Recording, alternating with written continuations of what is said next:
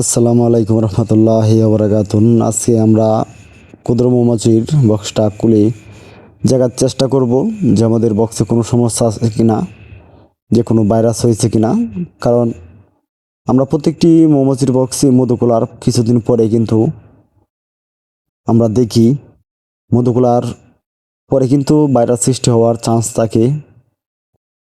সেগুলা যদি আপনি না দেখতে পারেন, না বুঝেন, তাহলে কিন্তু বক্সটা নষ্ট হয়ে যায়। এরকম আপনি অনেক চ্যানেলই দেখবেন যে ভিডিও দিছে মধু খোলার, কিন্তু কিছুদিন পরেই আবার ভিডিও দিছে যে বক্সে মাছি চলে গেছে, নষ্ট হয়ে গেছে, এরকম ভিডিও দিয়েছে। আমরা চ্যানেলে কিন্তু এরকম ভিডিও নাই, কারণ আমাদের বক্স অত সহজে নষ্ট হয় না, শুধু এই পরিচর্যার কারণেই নষ্ট হয় না। তা আপনারা এই পরিচর্যা করবেন, কিছুদিন পরে বক্সগুলো দেখবেন সমস্যা হয়েছে কিনা, ভাইরাস হয়েছে কিনা, সেগুলি